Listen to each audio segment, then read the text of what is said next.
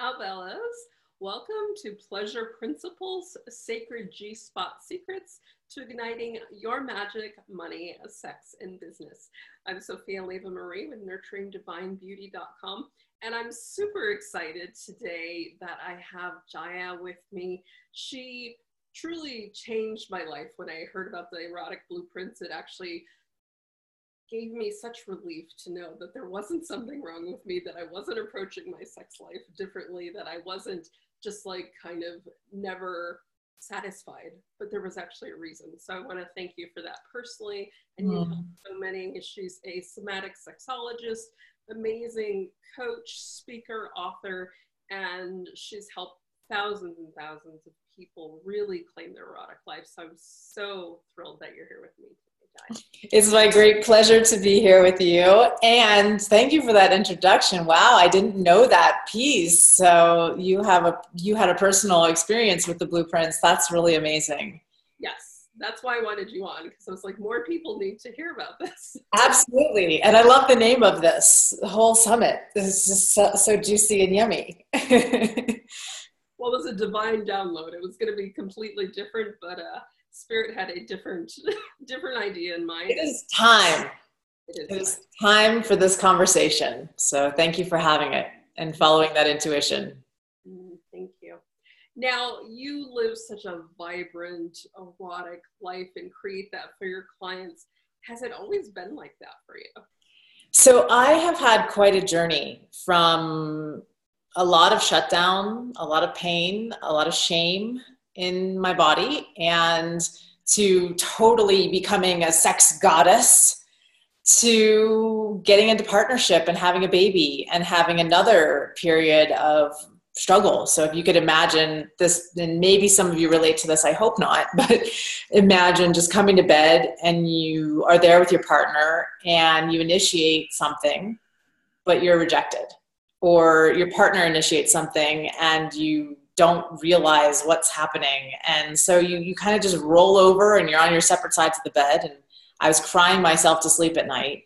One, because I was incongruent with my work in the world, which is my passion and my mission. And I really need to be having that kind of connection in order to feel congruent. And then the other, because I felt unloved, unwanted, unattractive, like something must be wrong with me. I knew every sex technique. I'd written 4 books on sex techniques, and I couldn't get my own partner to want me, desire me. So it was a pretty painful time in our lives, but luckily we learned to turn it around. So there's a happy ending to the story. I love Esther Perel. I don't know if you're familiar with her work at all, but she talks about we have multiple sexualities, not just one sexuality. I really love this idea because we do move through different sexualities in our lifetime, but most of us don't have enough education to know how to move through them with grace and with pleasure. Even though it may seem like it's a challenge, how do we work with that challenge and then come out on the other side even more powerful, even more connected, and even in more pleasure in our bodies? Absolutely. And I actually love what you said just a little bit earlier, is that you weren't feeling congruent with this energy and your work, that it was actually kind of throwing things off. And I think that's a lot of people, they're not congruent with their energy, and yet they're still kind of going and trying to manifest and trying to create these things, and they're not seeing why it's not coming together. So, kind of why I wanted to build this telesummit. Like, this energy is so vital that it does absolutely affect your relationships and your body and your work and all of this. So I love it. Yeah, absolutely. I think if I could say, I've been really working my mission the last few years and getting really congruent with my mission. And just lately, something's happening with the Me Too movement and so much of female sexual empowerment. And I just really been thinking about it. I'm like, what do we need? Because my mission used to be a lot about like releasing shame. And if we could release shame, I was like, what do we need as a culture right now? Like, what is the mission? Where is the mission heading? And I was like, it's all about shifting consciousness around sexuality for me. What is the sexual consciousness on this planet? And if we can shift and up-level the sexual consciousness, then we have a world where we are safe to freely express our eroticism, no matter what gender we are. we have a world where we can be radiant and alive and freely expressed in our pleasure and not in shame of it. So really now it's becoming about up-leveling the consciousness on this planet.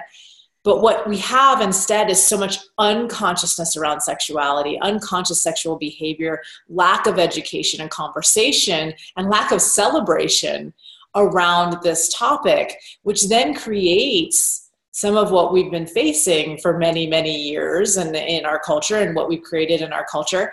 But also, people don't realize that sexual energy is one of our most powerful energies that we can work with. And so when we're blocking that energy in our body, we're also blocking manifestation, we're blocking abundance. I work with world leaders, I work with A-list celebrities, and when they hit this piece, they're like, oh my gosh, this is the piece, this is the scariest piece, the piece I didn't want to look at, the piece I didn't, like, that's why I'm doing it last. Like, I've done all this other stuff in my life, but I know I can't hit that next level until I manage my sexual consciousness, until I up-level this, until I learn this, until I heal this. Can I go to where I really want to go and manifest at the level that I really want to manifest? Because there's still this underlying gook or silt, in my system because I haven't dealt with my sexuality. Yes, absolutely. And as you say, there's a lot of fear around it and kind of like stepping back, like, dragging your feet. I certainly did it. For a long time. I didn't want to deal with it. I didn't want it to be part of my purpose. I was like, really? Are you kidding? But, that's what it is. And that was my experience. And that's what I'm here for. So for the ones who are dragging their feet, who are really like, okay, I know it's a piece that I need to look at, but they're still kind of relegating it to its sexual. Why is it that vital for them? Yeah. So here's why it's vital. One, your sexual energy is linked to your health and vitality and your radiance in the world. There are all kinds of studies about this, about sex and orgasm and the immune system and health and vitality. If your body still thinks it's procreating, it will create youth hormones. So your endocrine system, your immune system, your skin, all of these things are affected. So beauty is the more orgasms. So people ask me all the time, like, how can you look so young? Sometimes you look like you're like a teenager in some photos. And it's just because when I bring my orgasmic energy up, I bring my radiance up and my aliveness and my charisma and attractability. And so if you look at, for any of you who are in resistance, if you look at what do you want to create in your life? What is it? Who do you want to be 10 years from now? Do you want to be somebody who's in pleasure? And I know pleasure for some people can be a trigger word because that's like, you're not allowed to have pleasure. But do you want to be somebody who's alive? To me, I teach aliveness. I don't teach sex. I teach how to be alive in this body and enjoy this journey that we're on. Do you want to enjoy the journey? And your sexuality is part of that. But I also think for those of you who are in resistance, one of the things that you need to do is put it in a different frame. Because we have a limited definition of sex in our culture. Sex equals intercourse. Sex equals penetration. That's not the case. You can have an ecstatic sexual experience and never be touched, depending upon what your blueprint is. So we have to expand this definition of sexuality. I think it will help us stay out of the shutdown and resistance that we sometimes go into because we put sex in a box, as opposed of looking at sex as something that can be transformational, something that's beneficial for our health, something that's beneficial for bonding with other human beings on this planet, something that's beneficial for nature on this planet, for energy in general. It's like we're having one piece of energy, but missing a piece. And you don't want to miss any pieces. You want to make sure that you have all of it whole, healed, and healthy. I love that you say that. I was, kind of looking at kind of your expanded definitions of sex, and it was like sex is celebration, sex is healing, sex is pleasure, sex is you. And I love that, especially the last one, sex is you. And I pondered that. And so many people, they don't feel that. They feel like it's something you do. Right. It's not just something that you do. It is something that you are. Look, we're all a product of sex, right? We've all come from that. When we demonize that, we demonize all of humanity because we're born out of this act, but we are part of it. So and I know I'm going to quote Esther again. I just love her. She says, sex isn't something you do. It's a place that you go. And then I've expanded a little further to it is who we are fundamentally. It is our aliveness. It is such a huge part of our experience here as humans on this planet. And to deny it, and it doesn't mean like the sex act. It is our sexuality. It is our sexualness. It is our radiance. It is our aliveness that I'm talking about. So I'm going to keep putting it in that frame, because I think sometimes people hear it and they go, and they start to shut down. So if any of you are feeling that kind of like shutdown or resistance or tension in your body, just notice it. And I just invite you to move and breathe and move it through your body. Don't let it get stuck in there. So if you're noticing that resistance right now, just do some shoulder rolls, some breath, and just notice what's coming up. And then just see if you can just let a little bit more of my words in, or if I say something and you notice yourself fly out of your body, just take a nice big deep breath and ground your feet, feel your fingers, feel your toes, and see if you can take in a little bit more. So it's not like you have to eat the whole chocolate cake. Just a bite is good. It's good enough. And we're not here to get it all perfect. Like, I'm still working on this journey. I'll be working on this journey for the rest of my life. None of us has to be perfect here. Just get on the train and play on the train. And some of you will be playing in caboose one, and some of you are playing in the engine, driving the train. And that's okay. Wherever you're at on this journey, it is a journey. And I'm fortunate to have been on this journey for the last over 2 decades. And I'll be on it again till the day I die. I don't see myself ever getting off this train. And I love that you keep going back to aliveness. And as much as sex can be a fearful place, so can aliveness. Because to be alive, we're taught to actually be very repressed. I mean, even in the US, it's very puritanical. I talked to someone earlier today who was from Britain. All these different things, like, we're taught to actually shut down. We're not taught how to be in our pleasure, how to be alive. So how can people actually start to step even into that before they even get to the sensual? Mm-hmm. Well, I would even just start with moving your body more every day, learning how to be in your body. Because I'm a somatic sexologist, a lot of what I look at is what is happening in the body. And we sit, I'm sure everybody hears this over and over again, stop sitting so much, like get up, move, dance, moving your body, even if it's just in your chair a little bit, and start that. One of our foundational principles of our company is pleasure first. And now when you hear pleasure first, your brain may go to all kinds of things, but maybe pleasure first is just getting a drink of water before you get on an interview. That was my pleasure first before I got on here. Although I did teach a class right before I got on where we were doing blueprint stacking, which is an advanced class. And I had a lot of pleasure in that class. So I guess I got that too. But just something that nurtures you. And that's, I think, one step. But really what we have to look at is what is blocking us. To me, it's not add more things to try to bring more pleasure when you've got an energy block, or you've got some mental block, or you've got words and pictures you're using. They're not going to help you because they're going to just sabotage. And so I like to really do processes to get to the root of things. Processes like really looking at, well, where is it living in my body, the resistance to pleasure or aliveness? Where did that come from? I really like to look at, well, who did that belong to? And what can I remember any events from my childhood where what was I told about pleasure? What beliefs did I create in my body about aliveness? Why is that scary? How did that get ingrained? Was it the cultures? Was it my parents? And then really understanding that it doesn't, like, just starting to get the mental understanding and then recreating new pictures.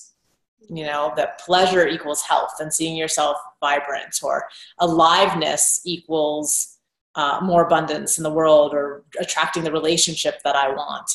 what is it that I can start using as pictures to reframe what I've been taught and told? Because we've all had sex education. I talk about, lack of sex education, but we've actually all had education about our aliveness, about our voice being heard, about our sexuality. We've been having that education since the day we were born. So really thinking about, how was I educated about aliveness? How was I educated about sexuality and pleasure? What was I taught? Because you've been being taught, even just the words your parents used for the, don't touch your down there. It's the hidden part where this is my ear and my nose and my mouth. Why don't I have a part for a name for that? Those little things we're all teaching us every day. So there's such an unraveling to do to reach your full erotic potential. Yes. For many of us, it is a long unraveling. And I don't want to say like, oh, it's all this work. Like, it's not that. Like, think of it as a journey, because sometimes the unraveling is like this. I just had an experience over the weekend where it was like, I was pulling like a thread out, and it literally just pulled the thread of the energy of that issue that I was working with. And it was just like, boom, gone. And then things start to roll. So transformation can happen, boom, like this, or it can be something where your nervous system needs to learn a little bit of how to rewire, and it takes a little longer. And it's just, again, because it's such a journey, there's a piece that you get that's like the aha, and then there's the working with the aha. Mm-hmm. And for those who there is the reframing, what about those who actually have, kind of the cellular trauma as well? So it needs to go further than the reframing. How can they work with that energy to bring that in when that's associated with something traumatic? Mm-hmm. We do a number of different processes. I actually recommend that if you have a lot of trauma in your history, I come from a lot of trauma, deep, deep trauma. I've done a lot of work with somatic therapists. So somebody who does like somatic experiencing work, working with a trauma therapist specifically. I'm working with somebody now in that, like, this is an ongoing thing. And people would say, oh, Jaiya, you're an expert. But every year I take a new training. Every year I work with different kinds of therapists and experts and coaches and energy workers and healers, because I love growth. It's one of my biggest values. So, and how can I get more conscious? How can I raise this whole thing up? Because in my leadership, that's something that I want, as a support around me all the time, because I know that I have a history of trauma, and I am healing and rewiring my nervous system and things at a cellular level. And so that also being a journey, and being gentle with yourself and finding the right people, mentors, coaches who are familiar with trauma. We work with a lot of different processes. We work with something called rapid transformational therapy from Marisa Peer. We work with somatic experiencing.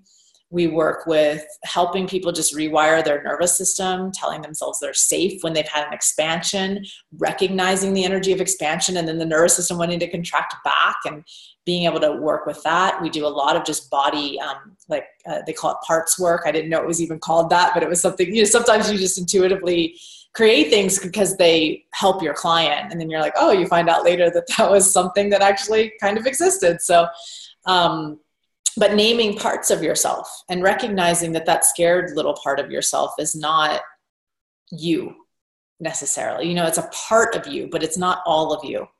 So like, I have parts that I've named: the scared part, the angry part, the sexual, I have sexual personas that we create. We're going to do a course this summer on, first time doing it, but I've done like 6 or 7 now different erotic personas, which then give me permission to go different places in my eroticism and play with different blueprints in my eroticism. I love that. Yeah, I had a new one come forward for this telesummit. So yay! Excited to arrive. So I was like, oh, this will be fun. I love that.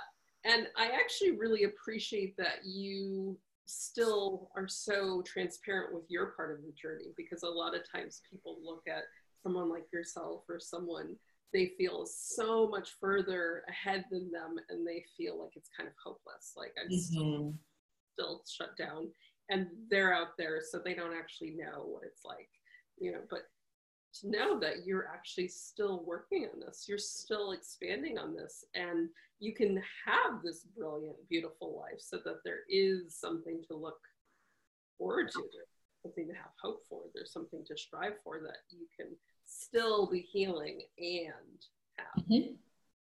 Yeah, there are the things that you heal and they're gone. And then there are the things that are your journey, you know, they're just part of working with it, and it gets better and it gets better. And like, again, like transformation, I think people get frustrated or feel really broken. And if I can give you any message today, everybody who's watching this, it's that you're not broken and you're perfect just the way you are. You're enough.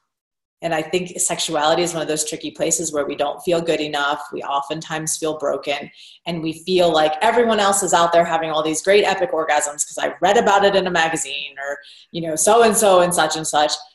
But oftentimes leaders and people who are teaching don't share the vulnerabilities and the rough stuff that we go through. And so I really wanted to make it a point to always share that, because I feel like that's where the healing comes, is to go, oh, me too, you know, oh, they're experiencing that. I must be okay. You know, even though Jaiya's been doing it for 2 decades. And yes, I can have hundreds of different kinds of orgasms. And yes, I can, you know, but I also run into stumbling blocks, and I also run into challenges, and I will be processing this my whole life. Yeah. Should we talk about the blueprints? I was just going to bring that up. For those who are wondering about, you know, what am I missing in sex? Like, I feel there's something more, like you're just not feeling satisfied. Like, I did want to bring that up because it changed so much for me. Like I said, it was such a relief that, you know, I would have lovers say you're insatiable. Like, you're just never. Oh, I already know your blueprint. Yeah, so learning my blueprint was like, oh, okay, there isn't something wrong with me. Like, okay, this is actually a good thing. Then I can play with it. So please tell us, for those who do not know anything about what we're talking about, how they can learn more about who they are sexually. Awesome. So the blueprints were something that came out of my somatic work. So this is working with clients and seeing people's challenges and what turned them on and what didn't turn them on. And over the decade of my work, I started seeing these patterns. And then I started utilizing them. So I really test something a lot before I take it out or start teaching it, because I really want to know, okay, does this work? And it kept resonating over and over and over again. And the number one thing people said is, I'm so relieved I'm not broken, because I thought something was wrong with me. No matter, every blueprint says that except for the sexual, usually. So there are 5 of the blueprints, and I'll just dive into them. What I love about these is it's like having a decoder, you know, like you can go to any conversation and you can just be like, okay, da, da, da, da, da. You can start figuring people out. It's like having, I don't know, this is kind of geeky, like a little, you know, like watch that you could just put in a code, and now you know who this person is, and you can honor them. Because you know who they are, you're able now to honor them in their sexuality and not see them as broken or wrong, or you as broken and wrong, but just, oh, these are like different languages, kind of like the love languages. So the first one is the energetic, and the energetic is turned on by anticipation, tease, lots of space, really loves to have space and to yearn and long for things. So the energetic blueprint superpowers are that they could close their eyes, tune in, feel the wind on their skin, and go completely into orgasm. Like, they are like the Jedi Knights of sexuality, don't need to be touched. Actually, sometimes not touching them is better than touching them, which is harder for some of the other blueprints to understand. And they are so sensitive. And so that sensitivity allows them to have capacity for lots of orgasm and lots of pleasure in their body without having to do much. So it's very subtle, very sensitive. On the flip side, the shadow side, there's a woman, Emily Nagoski, who has the book Come As You Are. She talks about the accelerator and the brakes. The shadows are like the brakes. They're like the parts that stop our sexuality, stop us from being turned on. And maybe some of you relate to this. You're kind of in the middle of things. It's feeling really good. And then you go into the physical, and all of a sudden it short circuits. And you're like, what? Wait a minute. What just happened? Or somebody goes through your clitoris too much, too quick, too fast. And everything in your body short circuits, and all your arousal disappears. That's one of the shadows of the energetic. The hypersensitivity actually can help make you short circuit. In a male body, this might show up as premature ejaculation, where their body just can't handle the level of sensitivity and they go into overwhelm and ejaculate really quickly. That can also be something, it can happen in the female body too. So this piece of, we just get so overwhelmed by all the sensation that's happening that we will short circuit out. Another is hierarchical judgment. So we get very judgy, like, oh, they're in their lower chakras, or, oh, they're watching porn, or, oh, you know, like we just can get very judgy. Mine used to show up and they eat hamburgers and watch television. I'm more enlightened than you are, you know, like that kind of thinking, which we think is conscious, but it's actually a very deep shadow of judging others. And it's really judging in ourselves things that maybe we desire, crave. So that shadow piece, and I'm, for some reason, I just feel like there's a lot of energetics who are probably watching this. So as I'm going into the energetics a little bit more, but that just not knowing, and I know that can be so frustrating because you can feel really broken, and a lot of people do not understand energetics. So they are the ones who get the most kind of shut down, like you're broken, or they may shake or jerk or twitch during sex and like you're weird. You know, a lot of energetics hear that, just kind of like how you said, people saying to you, you're insatiable. That's what people say to that blueprint, which I'll get to, which one that is. But that's what a lot of people, so you hear that you're too much, you're insatiable from that blueprint. The energetic gets, you're weird, you're broken, what's wrong with you, those kinds of statements, especially an energetic in the male body, because that's really misunderstood in our culture. So the next one is the sensual, and the sensual, you can just even see how I'm talking, like energetic, I'm kind of talking like this. Oh, one more thing I want to say about the energetics, can be very bad in their shadow about boundaries. They don't know where their boundaries are, and some of them, their boundaries are 30 feet away from them. But we oftentimes will override our own boundaries and say yes to things that we're not really yeses to because we feel that the other person will have pain. We feel we have so much empathy that we are afraid to say no, or we don't know how to say no. Things kind of get collapsed and wonky. And boundaries are very, very important for an energetic to actually create more turn on in space. Okay, so the sensual is turned on by all of their senses being ignited. So it's like the smells and the touch and the environment and the beauty. They bring beauty into the experience of sensuality. So I'm like mixing sexuality and sensuality into a word there. Into sexuality and sensuality. They bring all this beauty because they love the way, like the flowers behind you, you know, they want things to be so beautiful and smell good and bring this delight because they are full-bodied experience of sexuality. So from the tips of their toes all the way to the tops of their head, they have this full body sensuality.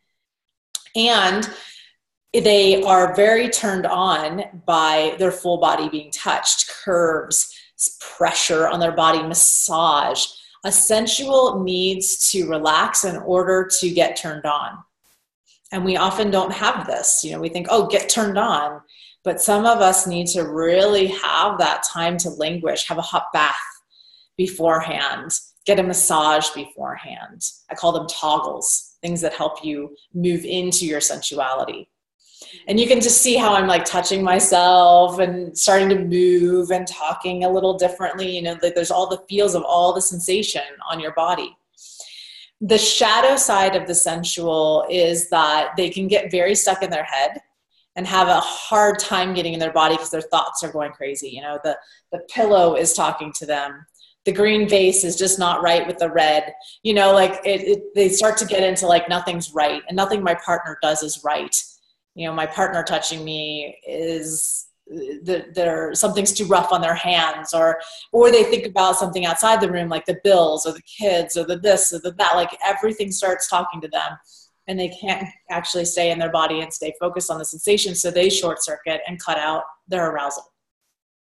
Another shadow side of the sensual is they don't like mess. So body fluids, you know, it can be the sexual fluids or sweat during sex, like that kind of stuff can kind of turn them off. There's more to each of these blueprints. I'm giving everybody kind of a cursory thing, but When the sensual is in their body, they can be full body orgasmic, very deep orgasms, just a super delicious yumminess about the sensual. And again, just bringing that beauty to the experience. They bring something that has so much depth to the experience that wouldn't otherwise be there with the sensual. So I want you guys to just start listening as you're hearing this, like, okay, which ones fit me? Maybe a shadow of a different one. Like I have shadow of the sensual sometimes with getting caught up in my head. And then what are the positives? And then if I've had relationships, what might have been there, you know, like, could you see a sensual and an energetic together? The energetic one's space and the sensual one's full body closeness.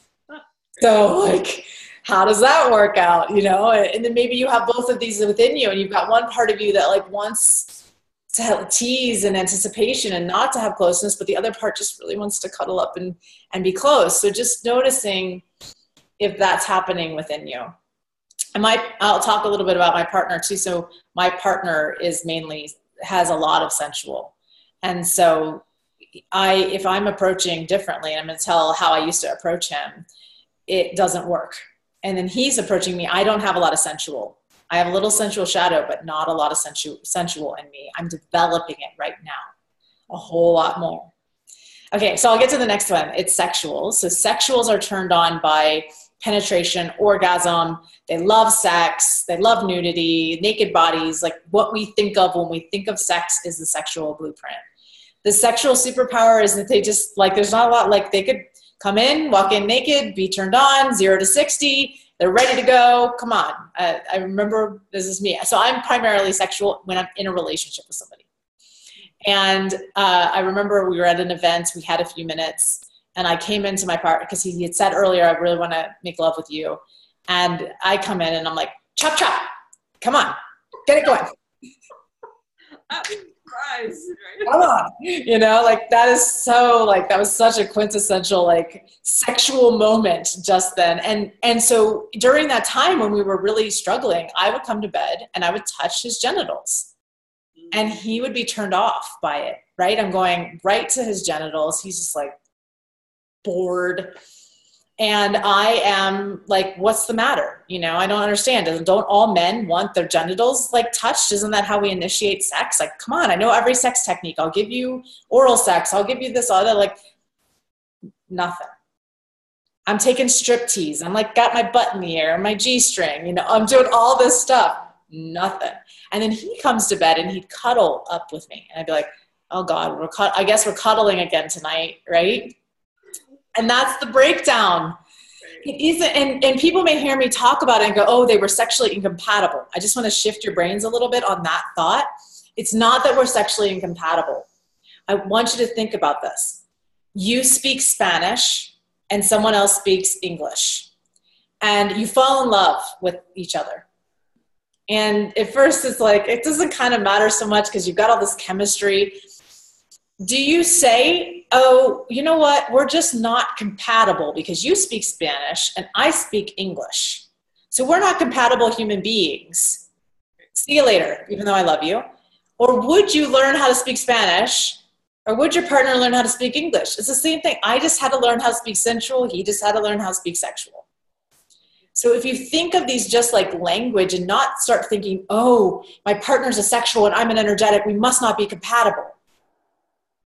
That isn't it. It's not that you're not compatible sexually. It's just that no one has taught you, there are any other blueprints. No one has taught you how to play with an energetic sexually. Your sexual partner doesn't even know it existed until you had this conversation. You know? So just think of it that way and don't think of it as don't start creating a story that you're not compatible is what I want to warn you against here. Okay, so sexuals, you guys get the picture of a sexual. I think we know it because it's our culture. On the shadow side, it can be very selfish. I want what I want. I want my orgasm. Come on, give it to me. What's wrong with you? Get turned on. That's me. Chop, chop. Can forget the journey because we're so focused on the end goal. Because for a sexual, sex is a need.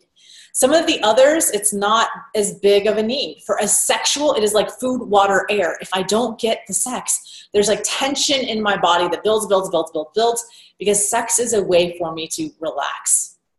Sex is like like I need it in order to feel right in the world for a sexual. And so we can get too focused on end goal, too focused on having it, too much in scarcity about having it. And there can also be shame about being a very sexual, like being a very sexual woman. So all my sexual women out there, permission, be you. Being a very sexual woman, just like things like today, even there was a post on my Facebook page that said, I bet you've seen a lot of the inside of hotel rooms doing what you do. It's like, what? There's just so much projection onto women who have a high sexuality, especially when we speak out about it and we're public about it. There's just a lot of that, what can be persecution of that blueprint in the female body. Although then we expect our men to be that. So there's challenge in this blueprint with that. Okay, so then the next one is the kinky, and kinky is turned on by anything that's taboo. So that's taboo for you. Everybody has a different taboo. My partner is primarily kinky. And he's kinky sensual, and I'm sexual energetic. See the challenge. When we weren't conscious of all this, the challenge was I would initiate in sexual, and he's kind of like, oh, there's no creativity in that. If I'm in a G-string, he's like, where's the mystery? Because he wants sensuality, he wants creativity, and the kinky is so creative, right? It's like, let's do a whole scene, let's do a whole session. It's like fantasy in the psychological. So there's psychological kinky, which is about power dynamic. Who's in control? Who's surrendering? And so many people really want to surrender in the bedroom, especially in female body, is what I see. And then both male and female and all genders in between do crave surrender of one form or another, but it's getting conscious of who's in control and who's not in control. Who's the receiver? Who's the giver? And negotiating, what are our boundaries? How do we play? All of that falls into the psychological. And then we go into the sensation-based kink. Now, my partner's more sensation-based. He does have a little psychological, but he likes the feeling of ropes and constriction. So being tied down. When we were in that kind of 3-month period, his erections, I was like, okay, I'm doing the striptease. I'm trying to get him turned on. Now I know. All I have to do is dangle the rope. And I see things out of him like I've never seen before, like arousal like I've never seen before. And it's because I'm tuning into his blueprint, right? I found his blueprint, and all of a sudden, wow, voila, it's like magic. And so the kinky sensation base could like spanking, sensations. And here's a place I want to reframe, because I know some of you might think kinky and you go to extreme. Remember that the definition of this is anything that's taboo for you. So for some people, having sex out of missionary position, having anal sex, like they're these taboos that we judge ourselves for. So on the shadow side, the shame. Why am I this way? I mean, Ian was asking my partner, he was asking this every day. Why? Why am I turned on by this? Why? I don't understand. Why am I this way? And he didn't have an abuse history like, 50 Shades talks about.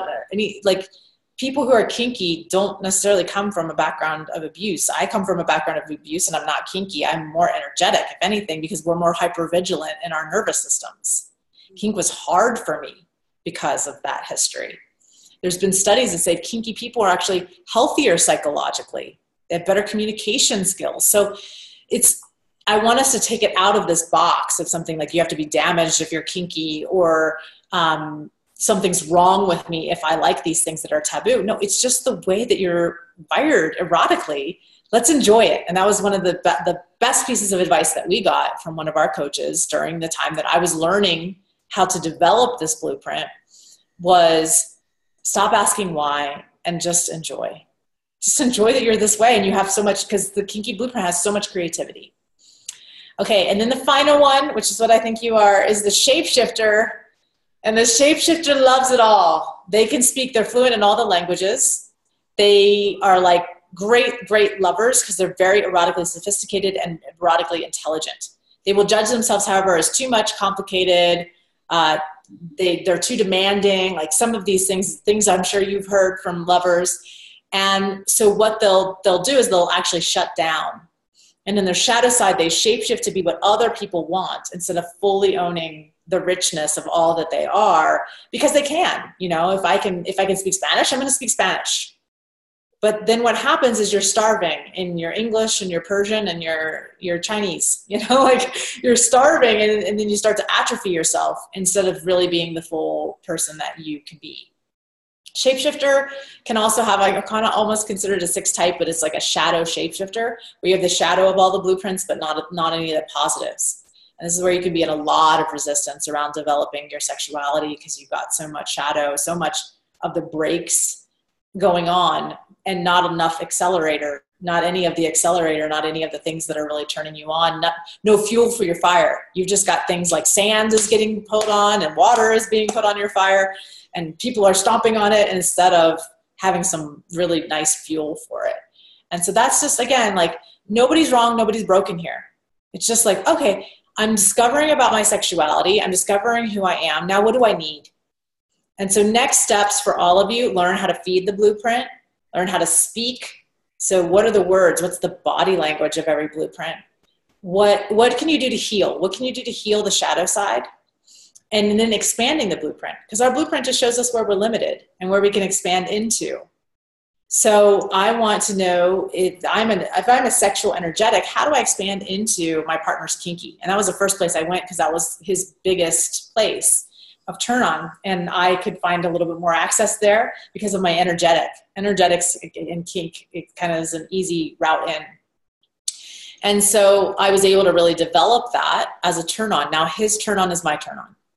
And now I'm really working on continuing to develop the sensual. There's just been a lot of healing I've had to do around control, vulnerability, letting myself go to really be, because the sensual feels so vulnerable to me. To let myself really be in that place has been the most challenging blueprint for me to develop into. Now, however, giving, I'm a shapeshifter because I can speak anything because of my profession, right? So looking at this, it's like a map, and you get to look at it and determine it. And as you've been listening, you might have heard me, say something that you're like, aha, that's me. But you can also take a quiz. So we do have a quiz. It's eroticbreakthrough.com/Sophia for all of you guys. So I said that really quickly. I'll say it again, eroticbreakthrough.com/Sophia. And you can go take the quiz. So that's one way, is through your mind. But the best way to determine your blueprint is actually through your body. Because the body doesn't have, the mind can kind of be tricksy, and you may not even know what turns you on. But do take the quiz, see, that's a great place to start. And then from there, then we're going to start to pay attention to your body. And that's the next step, is really determining what your body has to say about your eroticism, because it may be something different, and there can be some incongruence between what your head has to say and your body has to say. It's so amazing. I love the blueprints, and I love that you mentioned like your journey with it with your partner, because a lot of people feel like they're stifled in their relationship. Like, okay, like maybe it's okay or maybe it's great, but they don't feel like there's a lot of room for growth. But when you learn these blueprints, you can actually like dive in and like, oh, how can I approach this person a little differently? And it will like create magic. So. Mm-hmm. Yeah, and if you're single and you're hearing this and you're kind of like, well, how does this work for single people? Because I can feel that question come up. For me, it's about, how do I become a master lover to anybody who shows up? Because I don't know who I'm going to fall in love with. So let's learn all these languages and start to learn it. But it's also cool for all of my singles. You have a way of relating that's in your blueprint that you may not have even been aware of. And you may discount or discredit people who are amazing matches for you because you've been in, or, they are less attracted. So this can create like a lot of attraction, just knowing, because you can start to, as you learn to shapeshift yourself as a single, really beautifully into like, oh, and then you open people, and then they open in a different way. And then they're just like so willing to please, or so willing to like work with you in this, because you're doing it from the beginning of a relationship, or you're doing it as you're dating, and you're able also to see like, okay, wait a minute, that guy is like 85% sexual and I am like 90% energetic. Do I want to learn that much of the sexual language? You can start to, or is he willing to learn that much of energetics? That's going to be a lot of learning for both of you. So you can start to ask those questions. Like, you know what, I'm a shapeshifter and I really want to date somebody who's a sensual because that's where I want to play. Or, I want to date another shapeshifter because I want to just have it all and I'm ready to have it all. Or, you know what, I want to date multiple lovers because I'm a shapeshifter and I could have a sensual and a kinky and I could have it all. We need 10 hands. Yes. Yes. Well, I've so enjoyed this. I'm sure everyone's kind of like, oh, you know, as you were speaking, like, oh, that sounds really great. I know when I first heard it, I was kind of like, oh, well, that sounds like me. I was like, well, that sounds like me too. And then we got to the shapeshifter. I was like, oh, okay. Because as you say, we go into the mental like, well, maybe I don't know. Right. But it's just a beautiful place. And along with this erotic blueprint quiz, so people can get to know you, actually have another free gift for people. So I do. It's a sex communication checklist. It's broken down by blueprint. And what it helps you to do is just have the consent conversation. I talked about up-leveling our consciousness around sexuality. Consent is another one of our core brand values, that it is the foundation of everything. And so it's laid out per blueprint, different activities in each blueprint. And do you want to try them? Are you willing to try them? And is it a no way in the world? Like, that's not on my list. I don't ever want to look at it. And I do this every 6 months because sometimes my no ways can kind of turn into willing tos. I have my no ways that have not changed in, 10 years. But also, like, my want tos, I can go through and go, oh, I haven't done that yet. And I can kind of look, but it helps you to communicate with somebody, to go, you know what, I want to try these things. And if you don't know what something is on the sex communication checklist, Google it, see what you can find, because there's going to be a lot of things in there that you're like, what? I've never heard of that before. What is that?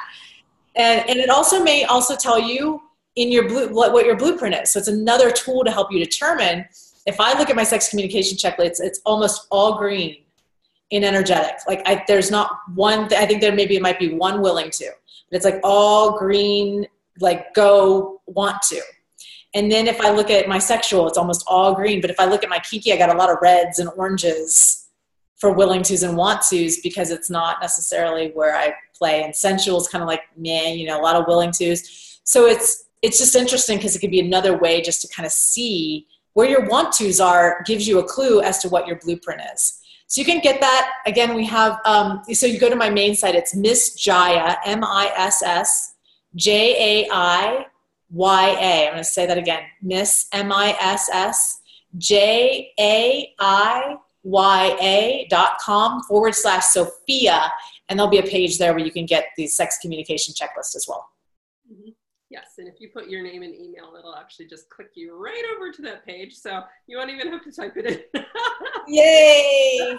We like things to be easy. I like it to be easy.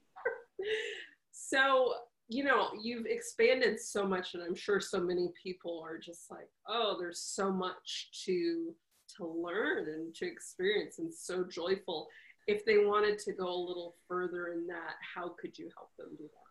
So we do offer our Erotic Blueprint Breakthrough course twice a year. So we have that. We're launching it in March of 2008, and I think we'll do it again in October. So that is one way. Just come into our fold. It's an 8-week course. It's really fun to go through with a group, and people are very engaged, and there's lots of support to go through that. So if you're scared, awesome. Come. Let us enfold you in our arms. And then the other step that I would just say to take is really uncovering who you are. Once you know who you are, you get, like you were saying, I'm not broken. I want you to keep coming back to this. You are not broken in your sexuality. Even if you're having pain, even if, like, there's a story I didn't even tell, which is when my son was born, I had excruciating pain and I grew scar tissue and all this gnarly stuff, and I had to rebuild my pelvic floor. Anything is possible. That's what I want to say. If you can keep in your mind that the solutions don't have to look a certain way, that there are so many possibilities here. And the more you know who you are and the more conscious you can get about your sexuality, the more becomes possible. And that's the foundation of it all. So I'll leave you with that. And just from the bottom of my heart, thank you so much for being in the conversation, to all of you, because I know that it can be a challenging conversation. And it's by being in the conversation that we end the traumas around our sexuality, because we're all uplifting and we're having voice. And that is so important now more than ever. Yes, yes. And when people have a voice and when they have that expression, there wouldn't be the dichotomy of having to have trauma in that, because they're already expressed, so they don't need to, you know, painfully strike out at someone else. So, you know, we actually craft this expression and have that container for everyone, we will actually have that trauma-free, fully expressed world that will change like everything. Imagine a trauma-free world, you know, around sexuality. That's what I keep envisioning. I'm just imagining, and that's where we're going, because we are having a voice and we are having agency and we are shifting this conversation. So thank you very much for having me and having me as part of that. No, I was thrilled to have you, and I'm super excited that you were here and you shared so much. And I'm sure everyone is just like salivating, like, all right, what's my quiz? I want to know. I want to know what I could do. What can I do today? What's for dinner? What's for sex? Wow, that'll be amazing. And then just to wrap up, if there was one sacred secret that could really allow people to move into their full erotic potential and just have what they desire, what would that be? Our principle of pleasure first. So right now, if you just took a moment, and this is the question that I ask myself, so just close your eyes. And I just want you to ask yourself how you can make this moment even more pleasurable. And just ask the question and just see what happens. Does your body start to move? Maybe you squeeze your thighs together a little tighter. Maybe it's just taking a nice big deep breath. Maybe you need to stretch right now because you've been sitting and listening. What would make this moment even more pleasurable? Maybe it's your hands on your body or in your hair. Oh, maybe it's a little sound, letting your jaw go. And I just invite you right now, just do this. Close your eyes, ask yourself the question, and let your body receive a little more pleasure.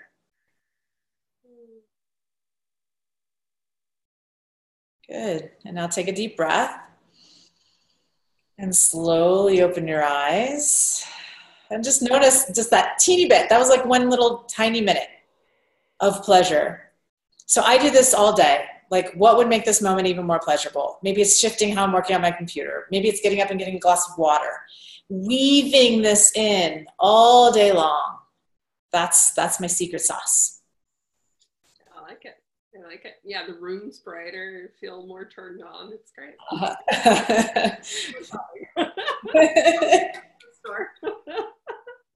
So thank you again so much, Jaiya. This has been spectacular. I'm so happy that you were able to join me. And I know our audience is thrilled with this information that will help them expand into that. Again, put your name and email below. That will pop you over for those amazing gifts that will help you to expand.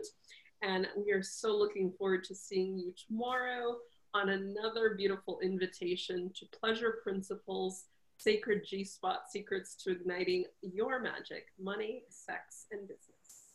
Ciao for now.